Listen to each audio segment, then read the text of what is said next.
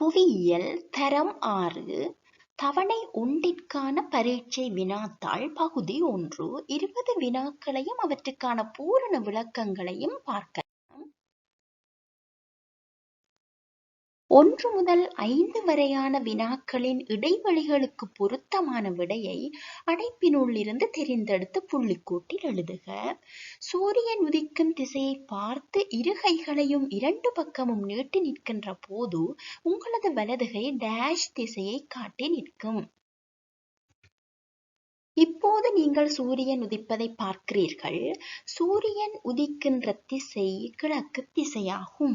ஆகவே கிழக்கு திசைக்கு எதிர் திசையாக உள்ளது மேற்கு திசையாகும். எனவே தற்போது இடதுகை மற்றும் வலதுகை சுட்டுகின்ற திசையை நீங்கள் அடையாளம் காண வேண்டும். இடதுகை வடக்கு திசையை குறிக்கும். ஆகவே உங்களின் வலதுகை சுட்டுகின்ற திசை தெற்கு திசையாகும். திசையை கண்டறிவதற்காக நாம் பயன்படுத்துகின்ற கருவி திசை காட்டியாகும் அல்லது திசையறி கருவி. திசை காட்டி இல்லாத சந்தர்ப்பங்களில் நீங்கள் இத்தகைய செயல்முறை ஊடாக திசையை கண்டறியலாம். குறைந்த வேகத்தில் வீசும் காற்று டேஷ் எனப்படும். இயற்கை காற்று, சூறாவளி, மென்காற்று.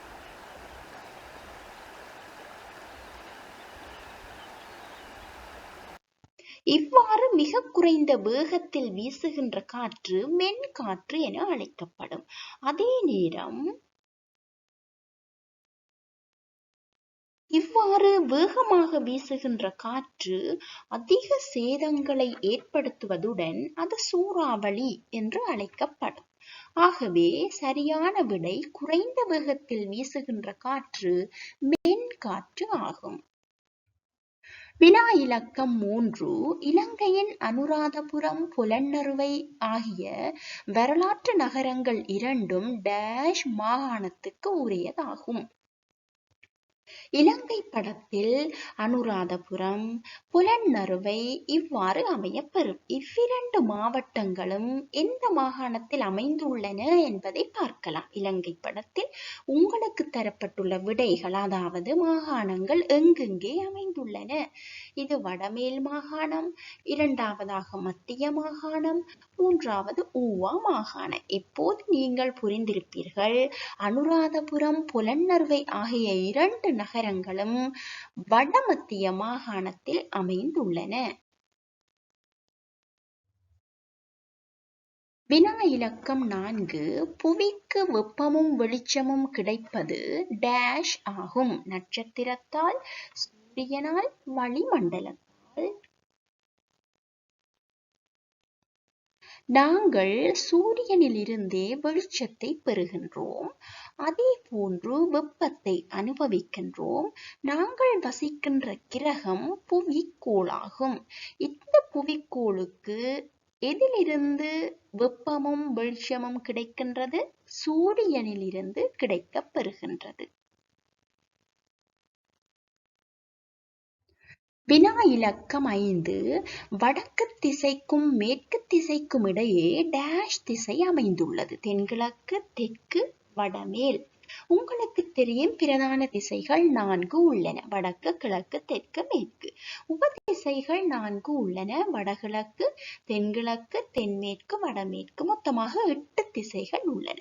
உங்களுக்கு தரப்பட்டுள்ள வினாவின்படி வடக்கு திசைக்கும் மேற்கு திசைக்கும் இடையே என்ன திசை அமைந்துள்ளது? இவ்வாறு வடக்கிற்கும் மேற்கிற்கும் வடமேல் திசை அமைய பெற்றுள்ளது. இலக்கம் 6 முதல் 10 வரையான வினாக்களை வாசித்து அவை சரியாயின் சரியெனவும் பிழையாயின் பிழையெனவும் அடைப்பினுள்ளே அடையாளம் இடுக. இலங்கை வளிமண்டலவியல் திணைக்களம் கொழும்பு பௌத்தலோக மாவட்டத்தில் அமைந்துள்ளது. உங்களுக்கு தெரியும், இலங்கையினுடைய வளிமண்டலவியல் திணைக்களம் பௌத்தலோக மாவட்டத்தில் அமைய பெற்றுள்ளது. ஆகவே 6வது வினாவிற்கான கூற்று சரியானதாகும். திட்டப்படம் ஒன்றை வரைகின்ற போது திசையை காட்டுவது முக்கியம் அல்ல. இவ்வாறு நீங்கள் ஏதாவது ஒரு இடத்தை திட்டப்படமாக வரைகின்ற போது திசையை அடையாளம் காண்பது மிகவும் முக்கியமானதாகும். திசையை காட்டாமல் திட்டப்படத்தில் அமைந்துள்ள விடயங்களை சரியாக உங்களால் இனங்காண முடியாது. நமக்கு தேவையான இடங்களை மிகவும் இலகுவாக அடையாளம் காண்பதற்கு திசை இன்றியமையாதது. ஆகவே திட்டப்படம் ஒன்றை வரைகின்ற போது திசையை காட்டுவது முக்கியம். ஆனால் இங்கு முக்கியம் அல்ல என குறிப்பிடப்பட்டுள்ளமையால் இந்த கூற்று தவறானதாகும். வலயம் மற்றும் பிரதேச அடிப்படையில் காலநிலை நிலைமைகள் மாற்றம் அடையாது.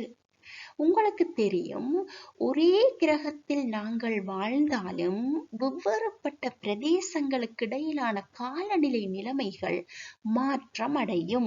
முனைவு பிரதேசங்கள், அயனம் பிரதேசங்கள், இடைவெப்ப பிரதேசங்கள் என ஒவ்வொரு பிரதேசங்களுக்கு இடையிலும் காலநிலை நிலைமைகள் மாற்றம் அடையும். ஆகவே மாற்றம் அடையாது என்பது தவறான கூற்றாகும். மழை வருவதற்கு முன்னால் வானத்தில் இருள் சூழ்ந்த தடித்த முகில்களை அவதானிக்கலாம். இவ்வாறு மழை வருவதற்கு முன்னர் வானத்தில் இருள் சூழ்ந்த தடித்த முகில்களை நீங்கள் அவதானித்திருப்பீர்கள். ஆகவே இக்கூற்றானது சரியானதாகும். காற்று வீசுகின்ற திசையில் மரங்களின் கிளைகளும் வளையும். இப்போது காற்று வீசும் திசையை நீங்கள் பார்க்கிறீர்கள். காற்று வீசுகின்ற திசைக்கு ஏற்பவே மரக்கிளைகளும் வளையும் தன்மையை கொண்டிருக்கும். ஆகவே இந்த கூற்றானது சரியானது. காற்று வீசுகின்ற திசைக்கு ஏற்பவே மரங்களினுடைய கிளைகளும் வளையும் அல்லது வளையும். இலக்கம் 11 தொடக்கம் 20 வரையான வினாக்களுக்கு பொருத்தமான விடையினை தரப்பட்டுள்ள விடைகளில் இருந்து தெரிவு செய்து அதன் கீழ் கோடிடுக. இலங்கையின் மேல் மாகாணத்துக்கு சொந்தமான மாவட்டம் எது? பதுளை, களுத்துறை, அம்பாறை, கேகாலை. இலங்கை படத்தில் மேல் மாகாணத்தில் அமைந்துள்ள மாவட்டங்களை நீங்கள் அறிந்திருக்க வேண்டும். கம்பஹா, கொழும்பு, களுத்துறை இம்மூன்று மாவட்டங்களும் மேல் மாகாணத்திற்குரியதாகும். ஆகவே உங்களுக்கு தரப்பட்டுள்ள விடையின்படி மேல் மாகாணத்துக்கு சொந்தமான மாவட்டம் களுத்துறை மாவட்டம் ஆகும்.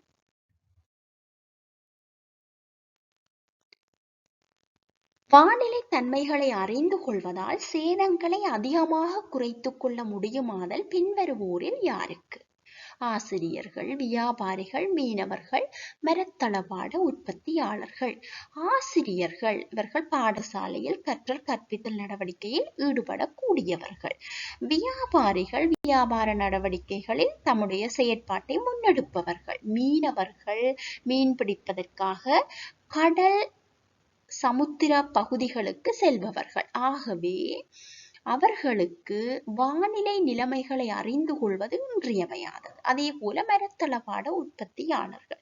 இந்த 4 விடை தொகுதிகளுக்குள்ளும் வானிலை நிலைமைகளை முன்கூட்டியே அறிந்து செல்வதனால், இப்ப கடலுக்கு செல்வதனால் மீனவர்கள் சேதங்களை குறைக்கலாம். புயல் வீசுமா அல்லது சூறாவளிகள் ஏற்படுமா என்பதை முன்கூட்டியே அவர்கள் அறிந்திருந்தால் தமது தொழிலை தவிர்த்து கொள்ளலாம். ஆகவே அதிக சேதங்களை ஏற்படாமல் குறைத்துக் கொள்ள வாய்ப்பு ஏற்படுவது மீனவர்களுக்கு ஆகும்.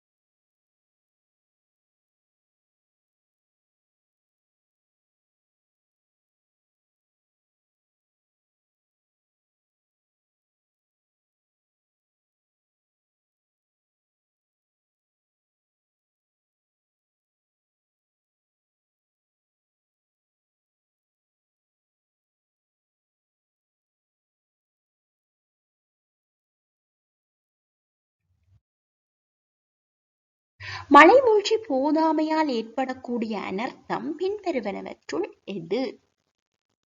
வெள்ளப்பெருக்கு, சூறாவளி, மண் சரிவு, வறட்சி. இந்த 4 விடை தொகுதிகளுக்குள்ளும் மழை வீழ்ச்சி இன்மையால் அல்லது மழை வீழ்ச்சி பற்றாக்குறையால் ஏற்படக்கூடியது உங்களுக்கு தெரியும், வறட்சி. வெள்ளப்பெருக்கு அதிக மழையினால் ஏற்படக்கூடிய ஒரு அனர்த்தம். ஆகவே மழை வீழ்ச்சி போதாமையால் ஏற்படக்கூடிய அனர்த்தம் வறட்சி ஆகும்.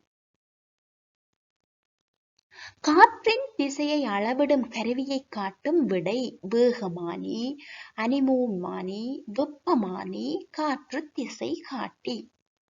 உங்களுக்கு தெரியும், காற்றினுடைய வேகத்தை அளவிடுவதற்கான கருவி காற்று வேகமானி. அதையே நாங்கள் ஆங்கிலத்தில் அனிமோமீட்டர் என குறிப்பிடுகின்றோம். ஆகவே முதலாவது மற்றும் இரண்டாவது விடைகள் ஒரே விடையை குறிக்கின்றன. வெப்பமானி வெப்பநிலையை அளவிடுவதற்காக பயன்படுத்தப்படுகின்ற கருவி. காற்று வீசுகின்ற திசையை அளவிடுவதற்காக நாங்கள் காற்று திசை காட்டியை பயன்படுத்துகின்றோம். ஆகவே சரியான விடை காற்று திசை காட்டி. இலங்கையில் பனியுடன் கூடிய காலநிலை தன்மை அதிகமாக காணக்கூடிய மாவட்டம் எது? அப்ப பனியோடு கூடிய தன்மையை நாங்கள் எல்லா மாவட்டங்களிலும் பார்க்கலாம். இருந்தாலும் பனியுடன் கூடிய காலநிலை தன்மை அதிகமாக காணக்கூடிய மாவட்டம். இவ்வாறாக பனிமூட்டம் அதிக அளவில் காணப்படுவது உங்களுக்கு தெரியும். தரப்பட்டுள்ள விடைகளின்படி நுவரெலியா என்பது சரியான விடையாகும். இலக்கம் 16 முதல் 20 வரையான வினாக்களின் இடைவெளிகளுக்கு பொருத்தமான விடையை கீழேயுள்ள அடைப்பினுள் இருந்து தெரிந்தெடுத்து எழுதுக. இலங்கையின் மிகச்சிறிய நிர்வாக அலகு கிராம உத்தியோகஸ்தர் பிரிவாகும். ஒரு கிராமம் அல்லது பல கிராமங்கள் ஒன்றிணைந்து கிராம உத்தியோகஸ்தர் பிரிவு உருவாக்கப்பட்டுள்ளது. எல்லா கிராம உத்தியோகஸ்தர் பிரிவுக்கும் குறிப்பிட்ட பெயர் மற்றும் இலக்கம் உண்டு. உங்களுக்கு தெரியும், இலங்கையினுடைய மிகப்பெரிய நிர்வாக அலகு மாகாணம், மிகச்சிறிய நிர்வாக அலகு கிராம உத்தியோகஸ்தர் பிரிவாகும். ஒன்று அல்லது பல கிராம உத்தியோகஸ்தர் பிரிவுகள் ஒன்றிணைந்து பிரதேச செயலாளர் பிரிவு உருவாக்கப்படுகின்றது. ஆகவே பிரதேச செயலகர் பிரிவில் அமைந்துள்ள கிராம உத்தியோகஸ்தர் பிரிவுகள் நாம் அடையாளம் காண்பதற்காக 2 அம்சங்களை உள்ளடக்கி இருக்கும். ஒன்று அதனுடைய பெயர் மற்றும் அதனுடைய இலக்கம். கிராம உத்தியோகஸ்தர் பிரிவுகள் பல ஒன்றிணைகின்ற போது பிரதேச செயலாளர் பிரிவு உருவாகின்றது. இத்தகைய பிரதேச செயலாளர் பிரிவுகள் ஒன்றோ அல்லது இரண்டோ அல்லது இரண்டுக்கு மேற்பட்டதோ ஒன்றிணைகின்ற போது மாவட்டம் உருவாகின்றது. மாவட்டம் 2 அல்லது 2க்கும் மேற்பட்டதோ இணைகின்ற போது மாகாணம் உருவாக்கப்படுகின்றது.